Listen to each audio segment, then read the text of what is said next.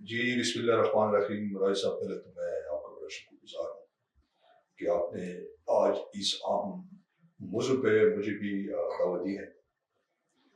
دیکھیں ابھی جو مودی اور ٹرمپ کا جو پریس کانفرنس ہے اس میں جو چیزیں انہوں نے انڈیا کے ساتھ جو فوجی ساز و سامان ہے آئل اینڈ گیس کا بھی انہوں نے اندیہ دیا ہے کہ جی انڈیا کو ہم دیں گے.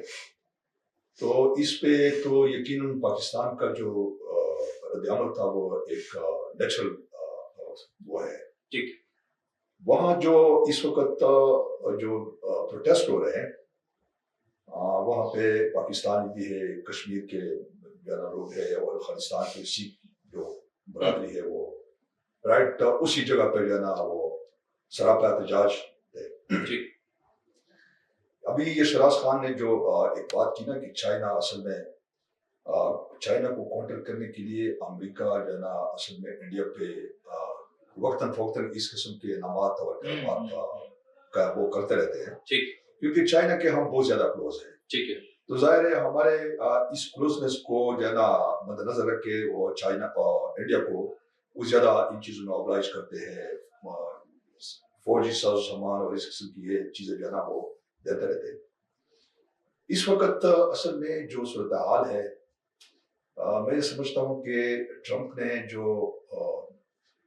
آپ دیکھیں کہ یعنی آج سے چند دن پہلے نتنیاہو کے ساتھ بیٹھ کے اس نے غزہ پہ حوالے سے جو بات کی تھی, مطلب یہ ٹرمپ ثابت نیا کرنے جا رہے ہیں. اور دوسری بات یہ کہ یہ ثابت ہو گیا کہ یہ بندہ ذہنی طور پہ ٹھیک نہیں ہے.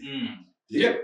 مطلب یہ کہ آپ اگر اس کی جو پبلک میں اس کی جو حرکات و سکنات ہے اور جس طریقے سے یعنی اس کی گفتگو ہے یا جو باتیں کرتا ہے تو بعض دفعہ ایسا لگتا ہے کہ یہ بندہ ذہنی طور پہ ٹھیک نہیں ہے.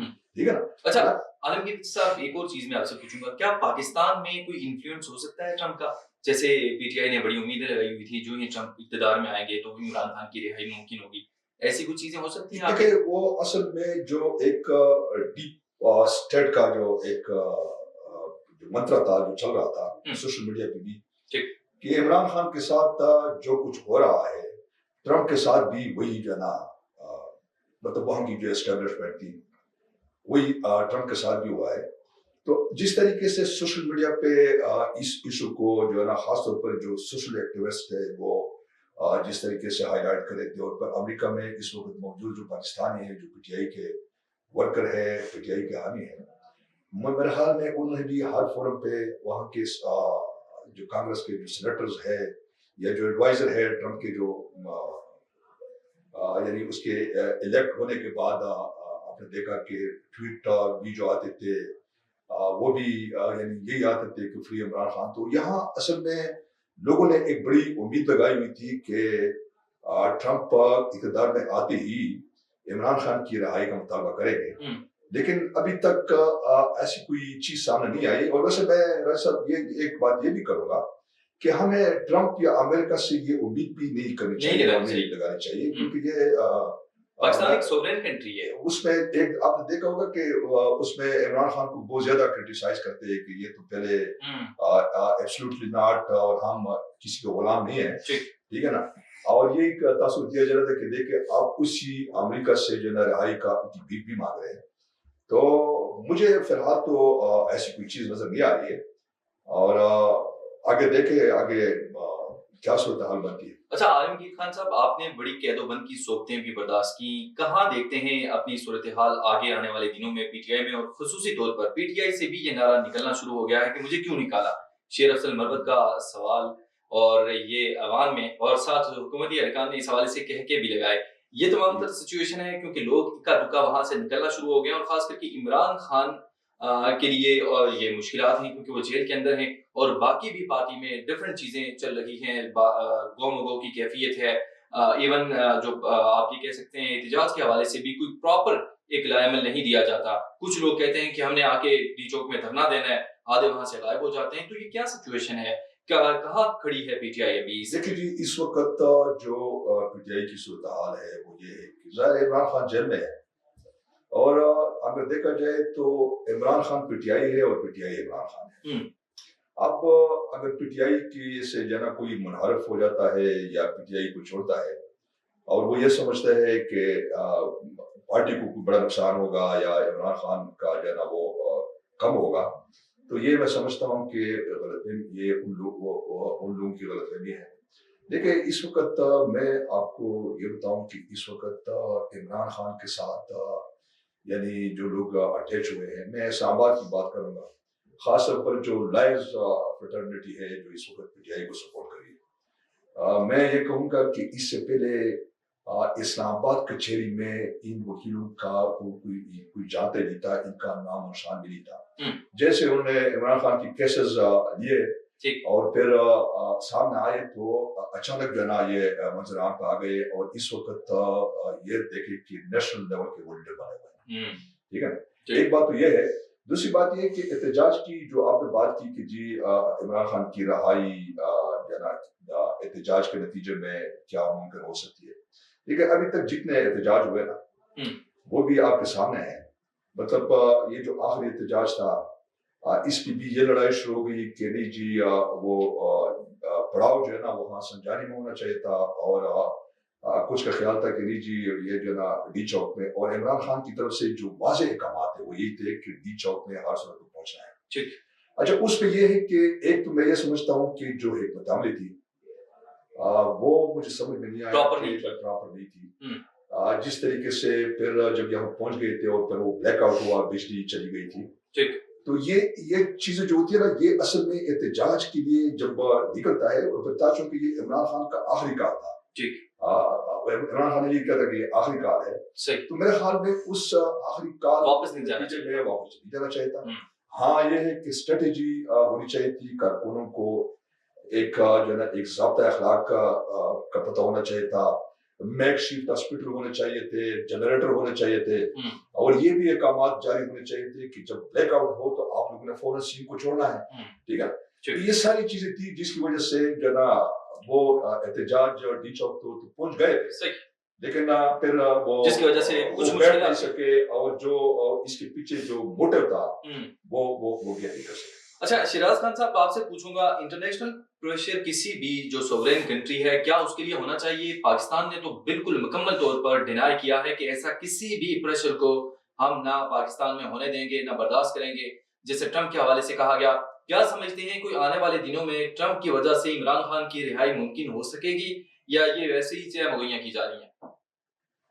اچھا دو باتیں، پہلی بات تو یہ ہے کہ آئیڈیل سچویشن میں ہم ایک سوورن ملک ہیں، ہم 30 کروڑ عوام ہیں، ہمارے یہاں بڑی چیزیں ہیں، آبادی ہے، ساری چیزیں، لیکن ان فیکٹ یہ ہے نہیں، ایسا ہے نہیں۔ اس کی وجہ کیا ہے کہ ہم ایک سورن کنٹری تب ہوں جب کہ ہماری معیشت چل رہی ہو صحیح طریقے سے، ہم قرضے ہمارے اوپر نہ ہو۔ اس وقت نعرے اور دعوے تو بہت ہوتے ہیں، لیکن ہمیں پتہ ہے کہ ہماری جو بجٹ تک مینیج کیا جاتا ہے وہ باہر سے مینیج کیا جاتا ہے، IMF مینیج کرتا ہے۔ ہمیں کوئی ضرورت پڑتی ہے تو ہم سعودی عرب بھاگ کے چلے جاتے ہیں، آرمی چیف بھی جاتے ہیں، پرائم منسٹر بھی جاتے ہیں، سارے جاتے ہیں، ان کو کہتے ہیں، وہ پھر ہمیں کچھ ہیلپ کرتے ہیں، یا ہم چائنا چلے جاتے ہیں، چائنا ہمیں کوئی بیل آؤٹ کرتا ہے، تو یا پھر متحدہ عرب امارات چلے جاتے ہیں، یا پھر امریکہ ہم جاتے ہیں، ہم لابی کرتے ہیں وہاں پر اور کوشش کرتے ہیں کہ ان کے لیے کوئی ہم خدمات سر انجام دے دیں اور اس کے بدلے میں وہ ہمیں بیل آؤٹ کریں۔ ہمارا ملٹری انفراسٹرکچر جتنا بھی ہے وہ امریکن ہے، یورپین ہے، یا UK کے بیسڈ ہے، یا پھر آپ چائنیز کہہ دیں، اس کے اوپر ہے۔ تو ہم ڈپینڈ کرتے ہیں فائنینشلی بھی اور دفاعی اعتبار سے بھی۔ ہمارے جو ٹریننگ ہوتی ہے آفیسرز کی وہ بھی سینڈ ہارسٹ لندن میں ہوتی ہے، امریکہ میں ہوتی ہے۔ تو یہ تو ہو نہیں سکتا کہ ہم ایک آزاد اور خود مختار طریقے سے اپنے فیصلے کر سکیں۔ ہاں کر سکتے ہیں، لیڈر اگر اچھا آ جائے، جمہوریت ہمارے یہاں ہو جائے، فائنینشلی ہم اسٹرانگ ہو جائے، ہمارے بارڈرز سیکیور ہوں، انڈیا کی طرف سے، چائنا کی طرف سے، ایران کی طرف سے، افغانستان کی طرف سے، تو پھر تو یہ ساری چیزیں ہو سکتی ہیں۔ دوسرا آپ کا جہاں تک سوال ہے وہ ہے ڈونلڈ ٹرمپ کے آنے سے کیا بیرونی دنیا سے یا ٹرمپ کی طرف سے کوئی آ سکتا ہے, کوئی پریشر آ سکتا ہے. دیکھیں موومنٹس بہت زیادہ ہو رہی ہے. ایک آپ کو رچرڈ گرینل کے جو ٹویٹس ہیں وہ تو آپ کو پتہ ہی ہے. ابھی جو ولسن جو ہے وہ کون ہے؟ جو ولسن ممبر آف پارلیمنٹ ہے, ہم اس کو کانگریس مین امریکہ میں کہتے ہیں, ہمارے یہاں نیشنل اسمبلی کا ممبر ہوتا ہے. وہ ریپبلکن پارٹی جو ڈونلڈ ٹرمپ کی پارٹی ہے اسی سے وہ تعلق رکھتے ہیں. تو انہوں نے سیریز آف تھنک کیے ہیں. یہ جو ہمارے محسن نقوی صاحب ہیں وزیر داخلہ, ان کی ملاقات بھی ان کے ساتھ ہوئی. اس کے بعد انہوں نے ٹویٹ کر دیا کہ فری, ایک گھنٹے کے بعد فری عمران خان.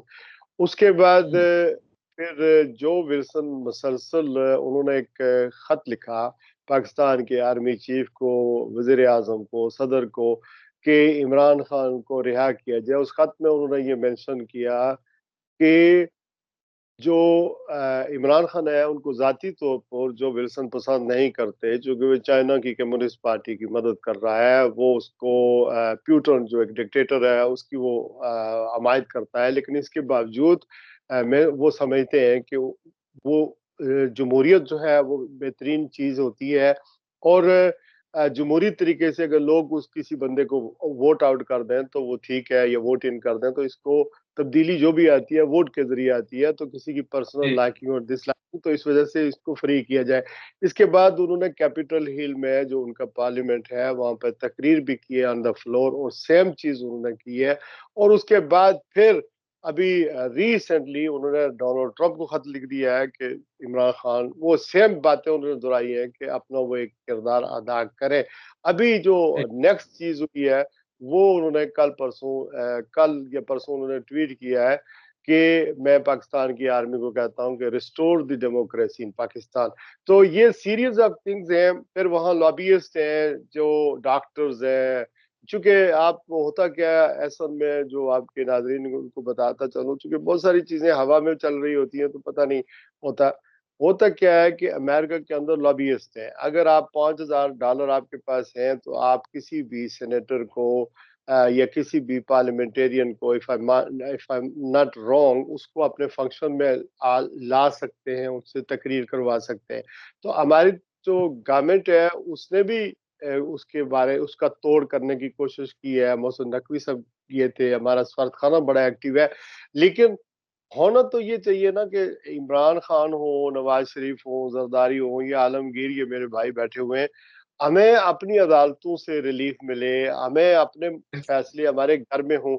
اگر عمران خان کو آج ڈونلڈ ٹرمپ چھڑوانے آئے گا یا امریکہ چھڑوانے آئے گا تو ان کی لائلٹی تو کمپرومائز ہو جائے گی نا. پھر وہ اگر نواز شریف کو جو ہے یا بے نظیر بھٹو کو ماضی میں NRO مشرف سے دلوایا تھا امریکہ نے, تو پھر وہ کمپرومائز تھے. آج تک جو لائلٹی ہے وہ کمپرومائزڈ ہے. آپ نے کبھی نواز شریف کو سنا کہ وہ امریکہ کے خلاف بولے یا UK کے خلاف بولے؟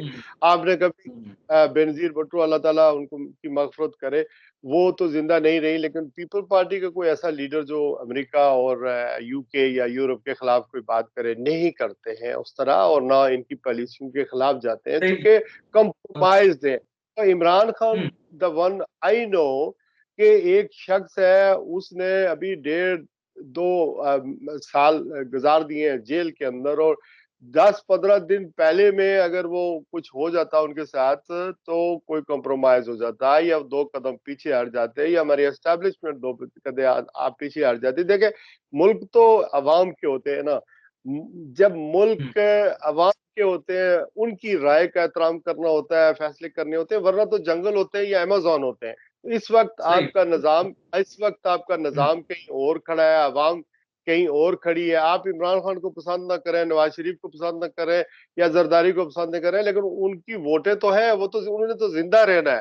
عمران خان 70+ وہ 50 ایئر سے ہیرو چلا آ رہا ہے. آپ اس کی شکل پسند نہیں کرتے, آپ اس کی باتیں پسند نہیں کرتے, لیکن اگر عوام کے سینٹیمنٹ آج وہ پولیٹکس میں اس کو جوائنٹ اگر بنایا ہے تو ہماری اس کے ساتھ سختیاں, اس کے خلاف جو چیزیں ہوئی ہیں وہ ہوئی ہیں.